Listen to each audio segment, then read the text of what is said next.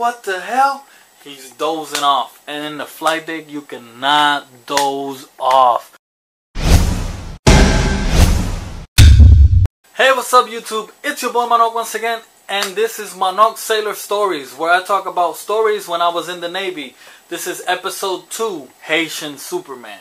So this story is when I was in the USS Kitty Hawk, who was stationed in Japan. It's the story about this guy called Celestine. Celestine was from Haiti, therefore the name Haitian Superman. A lot of people knew him, and he was really cool. He was a good person, but sometimes he used to be like out of it. Like sometimes you'd find him like wondering or thinking about stuff. I guess he had a lot of stuff in his mind. Well, we used to work in the air department, aviation handling, which is normally working on the flight deck or the hangar bay. So the flight deck is where you launch and recover aircraft. They have catapults 1 and 2 in the bow, which is the top part of the ship, and they have catapults 3 and 4 in flight 2, which is the middle of the ship.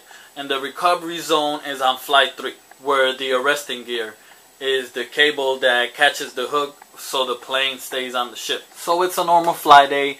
Everybody's working, you know, pushing their load. And I just come up from a switch. If you had a lot of people, you could run one off, one on while you were working if you had enough crew. So we had 5 people on one crew and 5 people on another one. And we would rotate. So while I was in my break, Celestine was a trainee, what they call a T-head in the flight deck. He was with his shadow. Shadow is the guy who trains the person. And I was coming up from my break, you know, I'm all hyped up. I come up to the flight deck and I look over there. I'm like, what the hell? He's dozing off. And in the flight deck, you cannot doze off. 1 second can make a difference between your life or death. That's how it works up there. You gotta always be paying attention, keeping your head on the swivel. There's a reason why it came out the top 10 list of the most dangerous jobs in the world.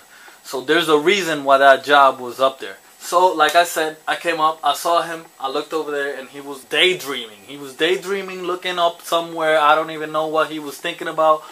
All I know is I'm seeing this jet over there, F-16, and it's turning around, and I already know that when they turn it around into the catapult is where they launch the plane. They tell it to raise the speed so it can move forward because the ship is moving back and forth so they can get into the catapult. So the plane is turning around.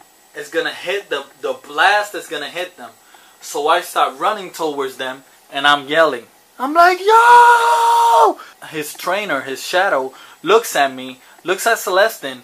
He moves to go get him. He's running. He sees the jet. But on the flight deck, there's so much noise that you cannot hear anything. You cannot hear anything because it's too loud. And the jet's going, you're not going to hear anybody yelling.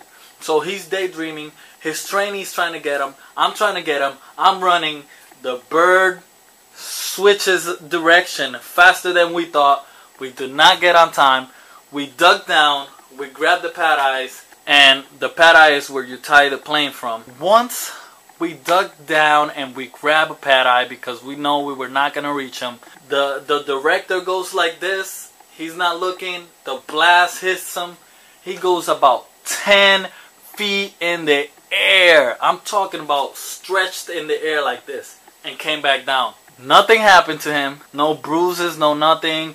Minor scratches. But the face he had was epic. Like he seen a ghost, like he almost experienced death. He flew like 10 feet in the air, and that's how he got his name, the Haitian Superman. He named himself that after the incident. It was kind of like ironic, funny at the same time. But believe me, after that day, he never, ever daydreamed in the flight deck. I'll tell you that much. So that's it for this episode 2 of Manok Presents Sailor Stories, the Haitian Superman. I hope you guys enjoyed. I'm going to leave you guys here the most thumbed up comment from the last video, episode 1, basic training. Oh, I almost forgot on last episode, I forgot to put the question from the introduction. So they hit me up on the other video, basic training, saying, hey, so what happened to the question? I put a very good question on your introduction. I wanted to know if it's true that all sailors are gay.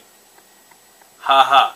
You never heard of the phrase, 1,000 sailors go on their way, 500 couples come back. No, not all sailors are gay. And I want to give a big shout out to El Puerco. You already know who you are. And the Golden Boy, of course. Thanks for watching. Don't forget to comment, like, and subscribe. And I'll see you guys around.